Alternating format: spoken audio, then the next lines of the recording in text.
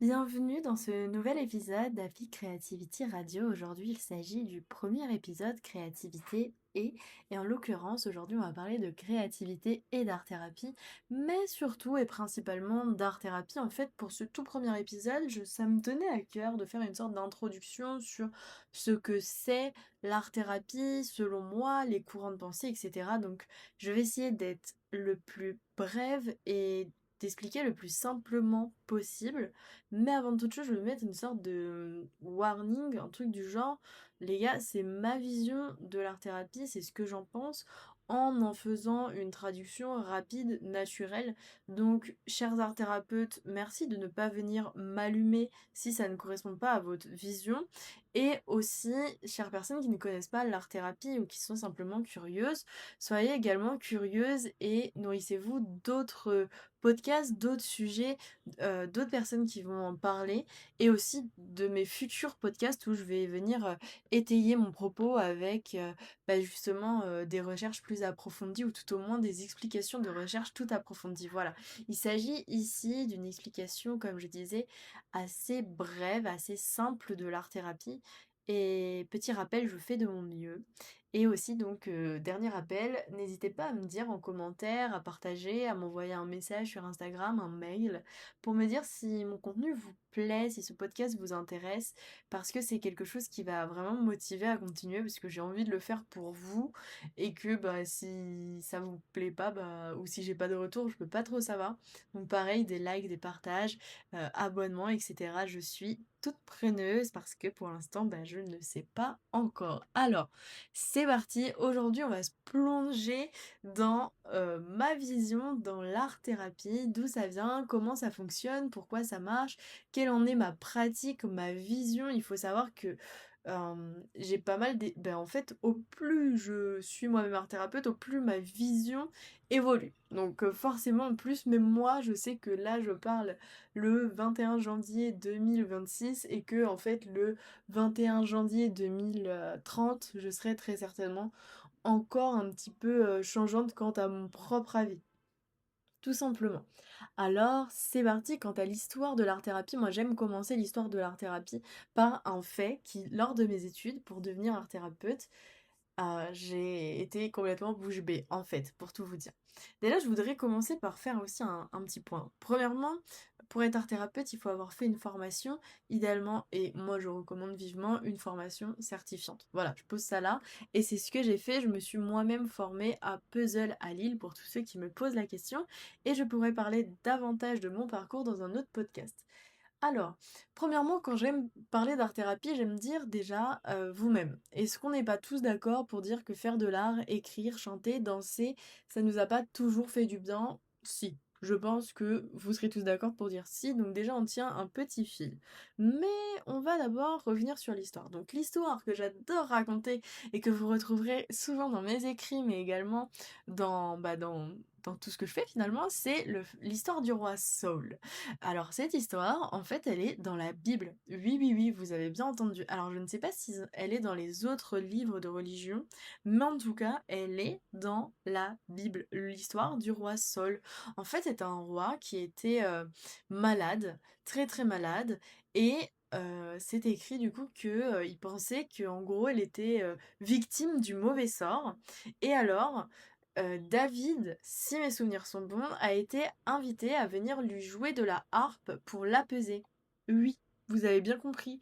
En fait, dans la Bible, il y a un écrit sur un roi qui était malade, qui, selon la Bible, du coup, c'était le mauvais esprit, mais en fait, c'était vraiment, il est malade le mec, quoi. C'est écrit qu'il est malade, noir sur blanc, et que quelqu'un a été cherché pour lui venir le voir et lui jouer de la musique. Parce que, bah, finalement, déjà à l'époque, on reconnaissait les bienfaits de la musique comme thérapie, comme aidant à se défaire, à moins sentir une douleur. Mais également ici, du coup, pour se défaire peut-être du mauvais esprit. Néanmoins, comment c'est écrit, ça fait vraiment... Il était malade, il souffrait de douleur, on a appelé un musicothérapeute pour venir l'aider à moins avoir mal, ce qui est un truc de ouf. Aussi, bah, dans les cultures anciennes, telles que tout ce qui va être les cultures chamaniques des quatre coins du monde, où on va avoir des danses de guérison, des chants sacrés, des peintures rituelles. Donc pour moi, l'art-thérapie, en fait, elle existe depuis la nuit des temps, par l'expression artistique, comme on peut avoir dans les grottes de Lascaux également, où on voit, alors je vais pas du tout développer maintenant. Et si vous voulez des points historiques plus détaillés, je le ferai avec très grand énorme plaisir, mais dites-le moi. Mais du coup, on veut retrouver à travers différents écrits très anciens, mais également de différents rites, comme je disais, chamaniques, ou encore des expressions artistiques qui datent bah, du coup de la nuit des temps, finalement, qui viennent montrer le besoin de l'homme de s'exprimer, mais également euh, le fait que l'art a toujours fait partie de notre vie comme étant un outil d'expression et comme étant un outil qui permet le mieux-être, peu importe sous quelle forme. J'ai beaucoup étudié les rituels chamaniques et la place de l'art bah, du coup dans ces cultures. Donc avec plaisir je vous en parlerai. L'art n'est pas séparé en fait du soin, il fait partie du soin. C'est ça l'idée. Donc voilà, ça date de l'Antiquité et dans les textes sacrés. Ça, c'est. Je vous le dis pour ce podcast, j'ai pris des petites notes parce que je trouvais que c'était assez complexe de vulgariser ce sujet. Donc voilà. Ensuite, on retrouve très facilement au niveau du 18e, 19e siècle, on a Philippe Pinel et le traitement moral. Donc en fait, lui, il introduit des ateliers créatifs dans des asiles psychiatriques, sans qu'il y ait forcément encore de grandes études dessus. Mais on commence déjà à observer l'activité créative comme étant quelque chose qui va venir apaiser les patients. Donc voilà, là on trouve déjà ça, mais c'est pas encore théorisé. Ensuite, bah alors là, ça commence à être du sérieux, ça va être Hans Prinzhorn. Là, on commence à théoriser. J'imagine que ce n'est pas le seul, mais c'est le premier qui m'est venu, donc je vous parle de celui-ci. Hans Prinzhorn, en fait, c'est un psychiatre et historien de l'art allemand, et il a constitué une collection d'à peu près 5000 œuvres, ou si c'est bon dans mes souvenirs, et en fait, c'était des œuvres de ses patients psychiatriques et il les a pas collectionnées pour rien, il les a collectionnées pour venir expliquer que en fait ces œuvres, elles ne sont pas que symptômes, elles ne sont pas que regardez entre les guillemets les fous font ça parce qu'on parle de cette époque-là, mais en fait elles sont l'expression et un canalisateur de symptômes et donc elles ont une valeur expressive et on vient aussi montrer l'expression propre de chacun. Donc là, ça commence sincèrement à toucher du doigt le truc sérieux de il y a un truc entre l'art et la thérapie. En fait, si vous voulez, c'est comme s'il y avait toujours eu un truc, comme je vous disais en première partie, mais on commence à théoriser au début du XXe siècle. Parce que c'est aussi là où on commence à tout théoriser, hein, j'ai l'impression. Donc voilà, donc ça commence comme ça et on va avoir du coup ces œuvres d'art qui vont beaucoup influencer l'art surréaliste, l'impressionnisme, mais aussi la naissance de l'art dit l'art brut. Donc ça c'est Dubuffet. Dubuffet du coup qui théorise lui l'art brut. L'art brut en fait c'est l'art créé en dehors des normes académiques. C'est souvent du coup des patients psychiatriques, mais c'est aussi des personnes qui, du coup, selon les blancs, hein, parlons français, n'auraient aucune connaissance des normes académiques, genre ils connaissent rien de l'histoire de l'art et ils créent. Et tout ce qui est créé sans connaissance aucune de l'histoire de l'art s'apparente à de l'art brut dans un sens. C'est vraiment une, une description vraiment courte. Mais en gros, c'est ça. Et ça a aussi été du coup l'art des fous euh, qui, qui n'était pas considéré comme inférieur, pas du tout. C'était vraiment théorisé comme étant quelque chose d'essentiel et d'humain. Et en fait, là, ça a complètement commencé à être vraiment très fortement théorisé, l'art-thérapie. Et c'est vraiment la base pour moi de toute la théorie de l'art-thérapie. Parce qu'à travers cet art dit brut ou art des fous, va en fait venir montrer la spontanéité, l'authenticité, l'expression brute de l'inconscient, l'expression brute d'un humain. Et là, tout de suite, on se dit, ok, il y a réellement quelque chose et il faut gratter ce sujet dans les thérapies et pas seulement comme étant occupationnel comme ça l'était justement comme je vous disais par Philippe Pinel qui avait introduit des ateliers créatifs mais réellement comme un outil thérapeutique.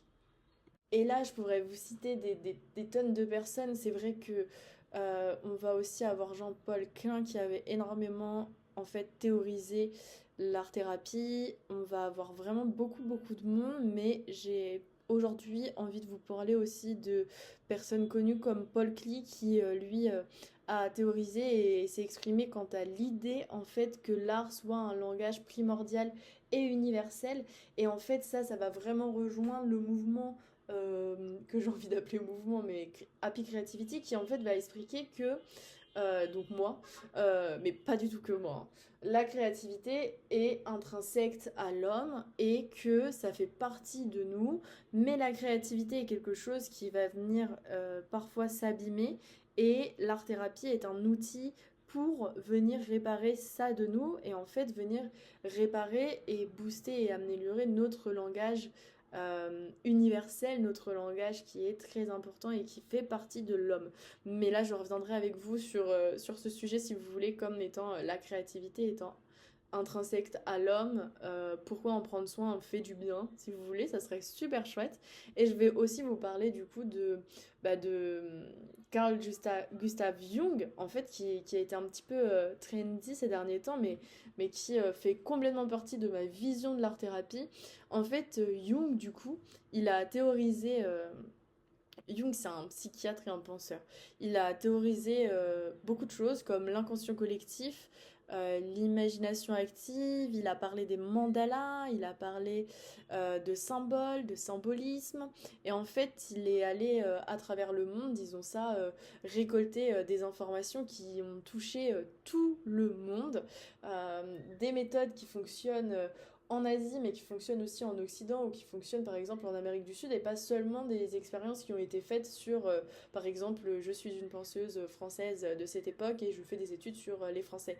Mais c'est très bien, mais le truc c'est que les humains ne sont pas tous français, et du coup dissocier ce qui fait de nous un humain avec une culture, de ce qui fait de nous un humain tout court, qu'est-ce qui fonctionne, etc. Et en fait, Carl Gustav Jung, pardon, il a théorisé que au-delà de l'inconscient personnel, il existe des archétypes universels, comme par exemple l'ombre, nos parts d'ombre, l'animal, animus, qui va s'apparenter au yin, yang, au féminin, au masculin, au soi. Et en fait, en théorisant toutes ces choses qui appartiennent non pas à un peuple en particulier, mais aux humains en général, c'est vraiment quelque chose que moi je prends en compte dans mes accompagnements, parce que ça va venir réellement toucher en fait l'humain propre en tant qu'humain. Et parfois on a des choses en nous cassées. Par exemple, le féminin, le masculin, c'est souvent quelque chose d'abîmé. Et l'art-thérapie est un outil extraordinaire pour en fait venir réparer tout ça. On va avoir aussi l'imagination active dont il a parlé. Par exemple, vraiment, j'ai l'impression de vous vulgariser un peu trop. Mais l'imagination active, du coup, c'est vraiment l'idée et la technique où en fait on va dialoguer pardon, avec ces images intérieures par rapport au dessin, la peinture, et en fait que ça va être une manière d'utiliser notre imagination et notre créativité pour s'exprimer et pour venir dire quelque chose de soi, en gros. Et du coup, avec Jung, on va avoir vraiment l'idée de... En fait, pour moi, c'est vraiment la base de l'art-thérapie moderne, en tout cas, on y reviendra. Mais en fait, ça va vraiment être la base du fait que le thérapeute, j'y reviens juste après, mais accompagne la personne à s'exprimer à travers l'art pour sortir de soi des choses qui sont restées coincées, des choses qui ont besoin de sortir de nous pour nous-mêmes les comprendre ou simplement pour les exprimer.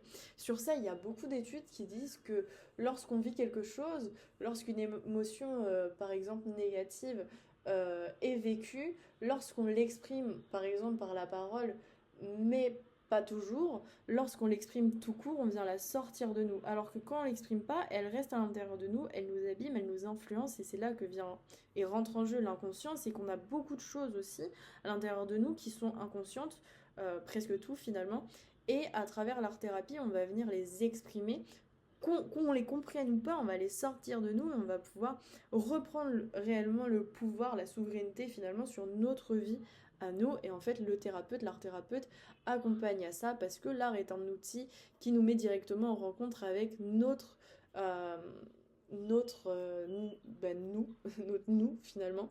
Et aussi, je reviendrai et je vous ferai avec tellement grand plaisir un podcast sur l'enfant intérieur qui, Jung, est l'un des premiers, si ce n'est le premier, à en avoir parlé. Encore une fois, je pourrais vous parler de plein d'autres personnes, comme par exemple Edith Kramer, qui est une femme, donc on va relever ça. Margaret Nobourg aussi, qui est une femme et qui est une pionnière américaine qui a vraiment théorisé l'art comme étant un langage symbolique, donc un petit peu comme ce que je viens de vous dire, mais du coup avec son approche. On a aussi un livre, Art as Thérapie, qui parle du processus créatif, le fait de venir créer l'acte créatif comme étant thérapeutique par lui-même et pas seulement par rapport au résultat. Donc moi, je suis très proche de ce courant de pensée. Du coup, l'acte créatif, le fait de venir extérioriser, peu importe qu'on comprenne, qu'on analyse ou pas le résultat, en fait, est thérapeutique s'il est fait dans un cadre thérapeutique. J'y reviens juste après, mais en tout cas, voilà, vous avez Edith Kramer qui a théorisé ça et c'est très très très intéressant. J'aime aussi, et là c'est différent, mais on va avoir beaucoup d'artistes qui en ont parlé. Comment ne pas parler alors de Frida Kahlo quant aux bienfaits de l'art, en gros. Mais je vais tout vous expliquer juste après. Maintenant, il y a aussi Boris Cyrulnik, je trouve, qui en parle parce que en fait il explique, lui du coup c'est un neuropsychiatre français, c'est pour ça que je voulais en parler. Et en fait lui il fait de la théorie sur la résilience, sur la capacité à se construire, se reconstruire après un trauma X ou Y, donc la capacité à accepter la situation, passer en même temps à autre chose que qui est de nouveau du mouvement après quelque chose qui nous aurait mis une claque et qui aurait arrêté le temps en quelque sorte. Et en fait, lui, il explique, selon lui, et je suis tout à fait d'accord avec lui, que l'art est un tuteur, en fait, est un chemin vers la résilience, que la création permet de donner un sens. Je dirais pas un sens au trauma, mais permet de les transformer, de transformer les choses et d'avancer. Donc, je vous laisse trouver toutes ces informations. Si vous voulez, je vous en parlerai davantage. J'adorerais l'inviter dans mon podcast d'ailleurs. Donc à voir où nous mène l'avenir. Et en fait, lui, j'aime beaucoup parce qu'il vient rajouter en fait des validations scientifiques sur ce que tant d'artistes et tant de thérapeutes observent et expriment en fait. D'ailleurs, d'un point de vue neuroscientifique, il y a beaucoup d'études qui ont été faites. Alors, bon, je m'emballe peut-être, mais en vrai, il y a un certain nombre d'études qui ont été faites et qui prouvent en fait le propos, à propos de l'expression artistique, à propos de l'art-thérapie, etc. En l'occurrence, j'avais noté la découverte du fait que la création artistique active des zones cérébrales liées à l'émotion, à la mémoire, à la régularisation, à l'équilibre, à la régularisation du système nerveux. On a aussi le système limbique, du coup, qui est relié aux émotions, qui communique avec le cortex préfrontal. Donc là, c'est la régularisation via la création. Donc en fait, pendant la création, on va venir réguler nos émotions, réguler notre système nerveux, et ça, il y a enfin en tout cas, il y a des études qui le prouvent. La répétition aussi d'un geste créatif va modifier des connexions neuronales. Donc là, on est sur la neuroplasticité. Donc encore une fois, ça vient prouver que l'art et la création artistique sont pleines de bienfaits. Et en fait, avec tout ce que je viens de vous dire précédemment, je pense que l'histoire et les études le prouvent largement, tout simplement. Voilà, donc si vous voulez que je développe, parce qu'en fait je me suis pas rendu compte, mais je vois que ça fait déjà 20 minutes que je parle, donc je vais directement passer là à la partie 2 et let's go, c'est parti. Mais je développerai tout ça avec énormément de plaisir. Donc ensuite on va avoir en fait l'art thérapie pour moi, donc ça c'est vraiment le résultat de mon expérience en tant qu'art thérapeute. Pour moi déjà je vais vous parler Ouais, je vais commencer par là. En fait, pour moi, l'art-thérapie, elle se divise en 2026, là, actuellement, en deux axes. Et en fait, il y a une espèce de quiproquo entre ce qu'est l'art-thérapie en tant que thérapie et ce qu'est l'art-thérapie en tant qu'outil. Plutôt, quels sont les outils d'art-thérapie? Et avec les réseaux sociaux, on s'est un peu mélangé. Et aussi, avec les normes françaises, il faut faire attention parce que en France, tout le monde peut se dire art thérapeute, or tout le monde n'est pas art thérapeute, et il y a des études, et il y a des diplômes, et il y a un sérieux et une éthique à avoir que tout le monde n'a pas.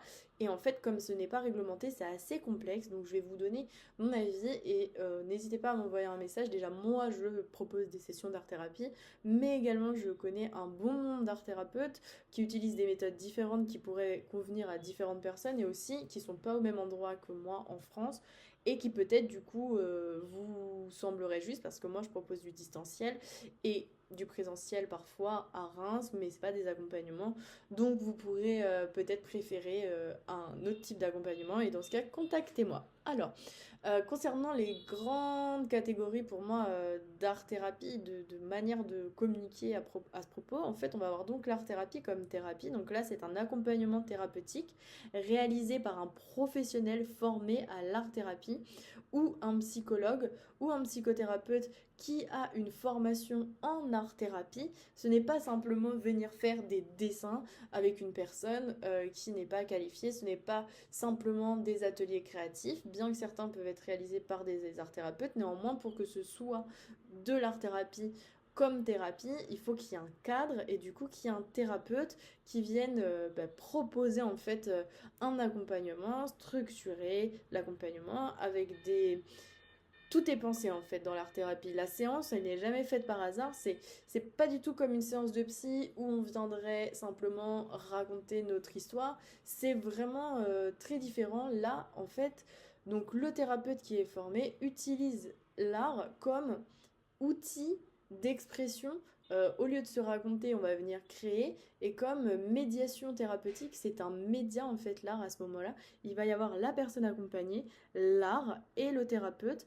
Et l'art est un outil que l'on utilise, mais en fait, le thérapeute ici est tellement important parce que vous allez avoir besoin de rentrer dans une alliance thérapeutique, c'est-à-dire d'avoir une entente avec le thérapeute, d'avoir un transfert avec le thérapeute. Vous avez besoin de vous sentir bien avec cette personne, en confiance, de faire confiance à cette personne qui est, comme je vous disais, qualifiée en fait. Et par ses qualifications, elle sait vous guider à travers ses indications créatives, etc. Et par l'accueil de vos émotions et l'accueil de vos créations vers un chemin de mieux-être qui est la raison pour laquelle vous êtes venu. En gros.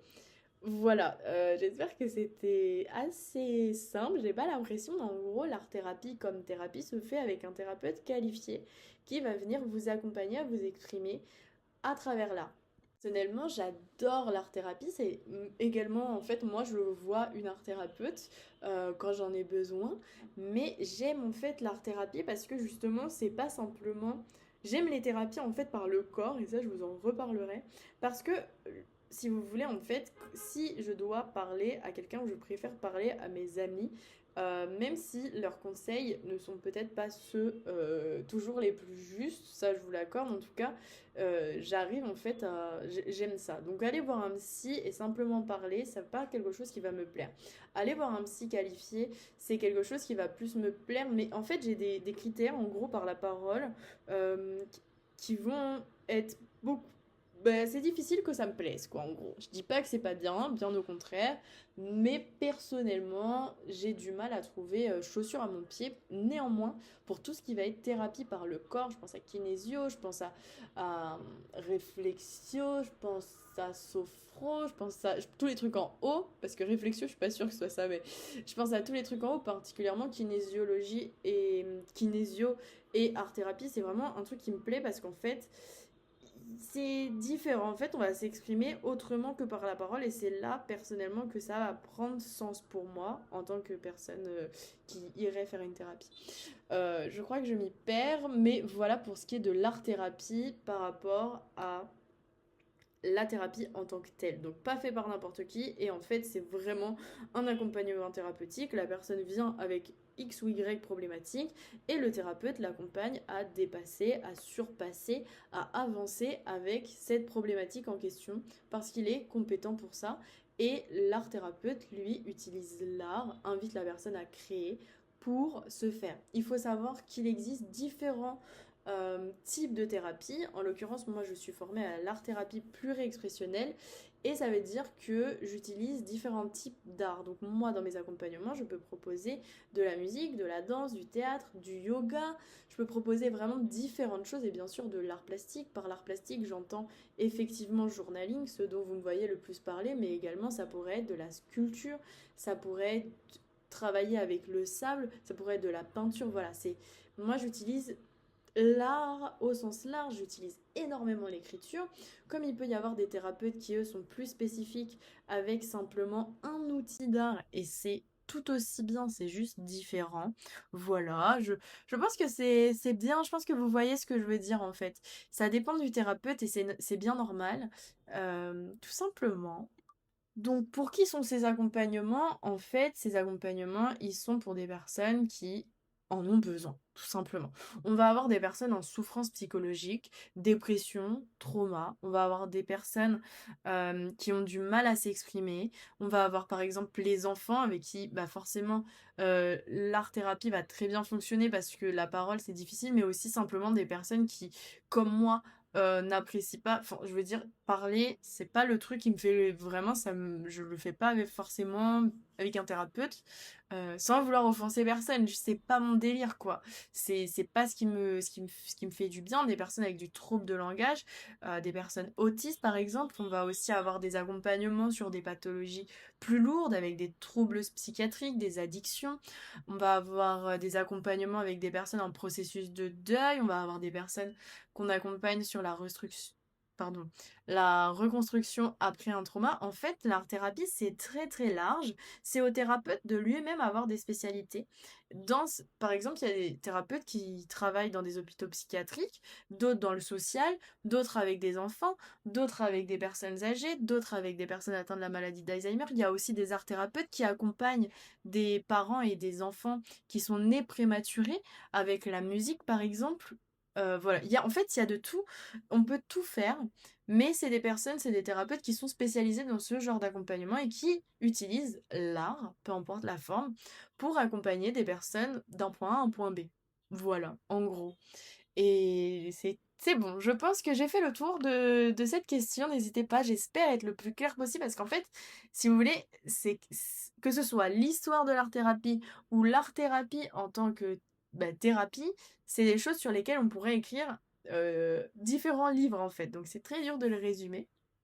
Ensuite, on va avoir l'art-thérapie comme outil de mieux-être. Et là, je sais que c'est ça le sujet. En gros, il y a une différence entre l'art-thérapie avec des thérapeutes, l'art-thérapie comme elle est, et c'est censé être ça l'art-thérapie, mais ces derniers temps, l'art-thérapie existe de nouveau et c'est une confusion, hein, c'est pas le bon mot parce que art thérapie c'est vraiment une thérapie avec de l'art, mais le mot est utilisé en veux-tu en voilà pour expliquer et exprimer des choses en lien avec des outils créatifs. Ça a commencé avec des carnets de coloriage qui s'appelaient art thérapie. Or, on est tous d'accord pour dire que ce n'est pas de l'art thérapie parce que du coup, c'est des carnets de coloriage et c'est différent.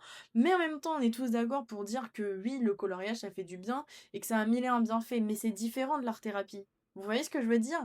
Du coup, moi, j'ai décidé de dissocier les deux et dire... Parce qu'en fait, on a le choix. Enfin là, j'avais le choix. C'est soit ça m'énerve de fou de voir des gens écrire art thérapie alors qu'ils sont pas art thérapeutes, parler d'art thérapie alors que c'est pas de l'art thérapie, dire art thérapie quand en fait c'est un exercice de journaling comme je fais, on est d'accord, soit soit en fait je prends le problème et j'essaie de vous l'expliquer et de me l'expliquer différemment. En fait, je pense qu'en France, on manque de vocabulaire, encore une fois, Et en français, hein, pardon.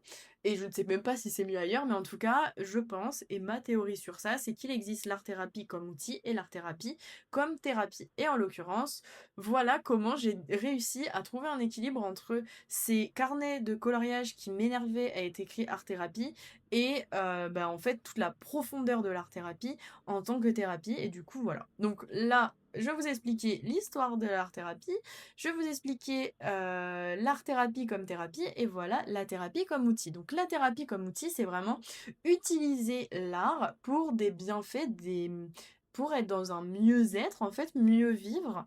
Et voilà, tout simplement. Donc les bienfaits, en fait, c'est utiliser les bienfaits thérapeutiques de la création en dehors du cadre de la thérapie. Et franchement, bah, c'est exactement moi ce que je prône aussi avec Happy Creativity. Donc, en ayant en ayant cette division des deux sens du mot art-thérapie, je tombe parfaitement juste et j'arrête d'avoir un débat intérieur et d'être énervée quand on dit que le coloriage c'est de l'art-thérapie. Voilà, c'est ça mon chemin avec ce sujet. En fait, j'aime l'idée parce que personnellement, quand j'ai fait mes études d'art-thérapie, et c'est pour ça que avec Happy Creativity, j'ai toujours partagé des outils d'art-thérapie en fait. Parce que je trouve que c'est pas que tout le monde n'a pas besoin d'une thérapie. Je suis d'accord, tout le monde a besoin, ça fait du bien, c'est extraordinaire. Néanmoins, tout le monde ne peut pas financièrement, déjà pour commencer. Tout le monde ne veut pas. Tout le monde n'en ressent pas ni l'appel, ni un réel besoin. Donc quand c'est comme ça, eh ben on le fait pas parce que ça sert à rien de se forcer à faire une thérapie, il faut en avoir envie. Et dans ce cas, pourquoi pas utiliser des outils d'art-thérapie pour son mieux-être, chose que je fais. Et également, par exemple, on peut faire une thérapie, c'est très bien, mais une fois que c'est fait, au quotidien, utiliser des outils d'art-thérapie comme le journaling, et ben c'est extraordinaire et ça rend la vie plus belle. Et ça n'a pas besoin d'être une thérapie faite avec un thérapeute, ça a juste besoin d'être là avec soi. Voilà.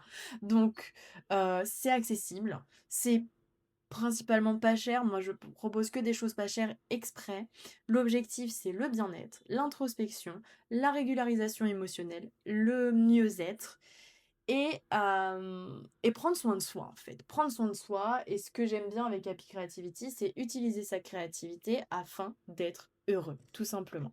Et encore une fois, que ce soit pour l'art-thérapie en tant que thérapie ou les outils d'art-thérapie, on va avoir des fondements scientifiques, on va avoir des preuves, des bienfaits. En l'occurrence, là je vais vous dire brièvement ce que j'ai noté. On va avoir la réduction du cortisol, donc ça c'est l'hormone de stress. Donc très clairement quand on est stressé et qu'on vient créer juste pour créer, on va venir calmer son système nerveux et Dieu sait que ça fait du bien. Ça je vous le recommande vivement. Ça demande juste un crayon, un papier et on se lance.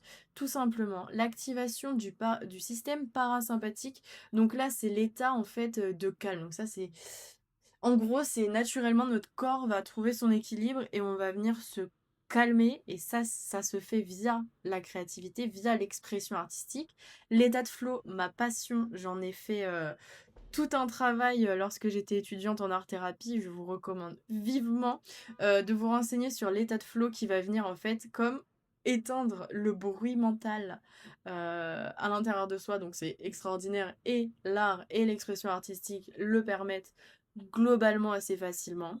On va avoir l'expression émotionnelle, donc extérioriser plutôt que ruminer. Par rapport à ça, je vous conseille évidemment l'art journal, l'écriture. Quand on vient écrire nos émotions, quand on vient venir écrire ce qu'on ressent, on prend tout de suite du recul et encore une fois, on va avoir ce truc d'une émotion qui n'est pas dite peut tourner à l'intérieur de soi, alors qu'une émotion qui est exprimée, en fait, elle fait du bien. Mais qu'elle soit exprimée à quelqu'un ou qu'elle soit exprimée dans un carnet, c'est pareil en fait. Donc, je recommande l'expression émotionnelle, tout simplement, et la compréhension de soi. Mais bon, écoutez, pour ça, je vous recommande de me suivre sur Happy Creativity ou de venir découvrir ma méthode dans le studio d'art journal et d'art thérapie en ligne que je propose. Je vous mets toutes les informations en description, comme ça ce sera plus simple. Et aussi du coup pour revenir sur les bienfaits qui sont prouvés, on va avoir l'ancrage, donc être ici dans le moment présent. La créativité pardon, ramène ici et maintenant. Donc elle a un peu l'équivalence d'une méditation, elle nous fait être ici et maintenant et nulle part ailleurs. Et ça fait du bien à la santé mentale et ça fait aussi du bien à la vie parce que souvent on peut passer notre vie entière, des semaines et des mois à simplement penser, penser, penser à demain, à hier, à demain, à hier, sans jamais penser à aujourd'hui. Donc pour utiliser ces outils de l'art-thérapie, on va avoir effectivement le journaling, mon approche, mon plaisir, celui que je vous partage le plus, mais également le coloriage qui a été extrêmement popularisé ces dernières années et franchement ça fait un bien fou. On va avoir à travers le journaling aussi l'art journal, donc ça c'est vraiment ce que je propose, mais on va avoir le bullet journal, je vous invite à vous renseigner, le carnet d'expression libre, on va avoir le scrapbooking, on va avoir le junk journaling, je vous invite à vous renseigner.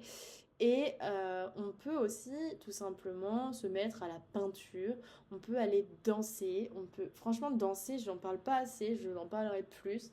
Danser c'est extraordinaire, ça fait un bien fou, on peut jouer de la musique, on peut faire de la musique, on peut s'amuser. En tout cas, il y a énormément de choses, l'idée est simplement de s'exprimer à travers l'art. Et c'est extraordinaire, tout simplement. Ensuite, du coup, ça, c'est encore une fois, c'est pour tout le monde. C'est franchement pour tout le monde. Peu importe l'âge, tout faites. Juste essayez de le faire, lancez-vous. Encore une fois, n'hésitez pas à suivre ce que je propose. Je pense que c'est un très très bon début. Moi, dans ce que je propose, il y a vraiment une guidance et une visée au mieux-être. Et du coup, forcément, si je le propose, je l'aime bien. Donc, je vous invite à vous renseigner. Mais vous pouvez aussi vous lancer simplement de votre côté et y aller. Et voilà, tout simplement. Bon, je ne vous ai pas vraiment parlé de ma manière de travailler, ma méthode, que ce soit à travers les outils d'art-thérapie ou bien en tant qu'art-thérapeute. Je vous en ferai un autre épisode, je pense, parce que là, ça fait déjà 35 minutes où je parle toute seule et je pense que c'est suffisant. Donc, dites-moi si vous voulez plus d'infos sur ma méthode personnelle, sur les études que j'ai faites, que ce soit mes réelles études, c'est-à-dire aller en formation, ou en tant qu'autodidacte, où je me suis énormément renseignée sur différentes choses. Écoutez, avec grand plaisir.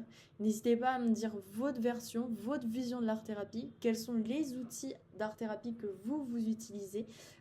Parce que là, j'ai des flashs, je me dis, vous pourriez par exemple cuisiner, vous pourriez par exemple faire de la couture, ou alors j'ai tout en tête là, j'ai trop de trucs en tête, donc je vais arrêter de penser et presque arrêter de parler. Et aussi pour terminer, en fait, l'art-thérapie, que ce soit via les outils ou via une thérapie, pour moi, a pour vocation, et peut-être même l'art finalement, et la création artistique a pour vocation de nous permettre de nous exprimer, de nous ancrer dans le moment présent, a pour vocation et pour intérêt, pourquoi l'humain est capable de faire ça, nous permettre en fait de vivre. Mais là, je vous expliquerai plutôt qu'est-ce que la créativité. Mais en tout cas, l'art comme outil de mieux-être et comme accompagnement thérapeutique, c'est vraiment l'idée d'être et de devenir chaque jour un peu plus nous-mêmes, un peu plus libre, ne pas être simplement le résultat de notre éducation, de la société dans laquelle nous vivons et de nos traumatismes, mais bien être libre et responsable de nos choix. L'art-thérapie, néanmoins, je vais faire un petit truc, c'est que pour moi, n'a absolument rien à voir avec le dev perso. Là où pour moi, le dev perso, en fait, ça ressemble beaucoup à comment devenir une meilleure personne. Être responsable de soi-même, oui, mais en fait, ça va venir nous pousser à nous dire qu'on pourrait faire mieux. L'art-thérapie, non, c'est vraiment quelque chose, que ce soit via les outils ou via la thérapie, pour moi, est quelque chose qui va nous permettre de venir nous regarder en face, regarder nos parts d'ombre, comme Jung le disait, de lumière, le féminin, le masculin en nous, l'enfant en nous, l'adulte en nous, vraiment tout ce qu'on est, nous, notre histoire, le meilleur comme le meilleur comme le pire qu'on a vécu, mais le meilleur comme le pire de ce que nous sommes, parce que oui, nous ne sommes pas parfaits, parce que parfait n'est pas humain. Regardez tout ça, l'appréhender, le comprendre, apprendre à l'aimer et avancer. Je vous dis à bientôt, j'espère que cet épisode vous a plu. Ciao!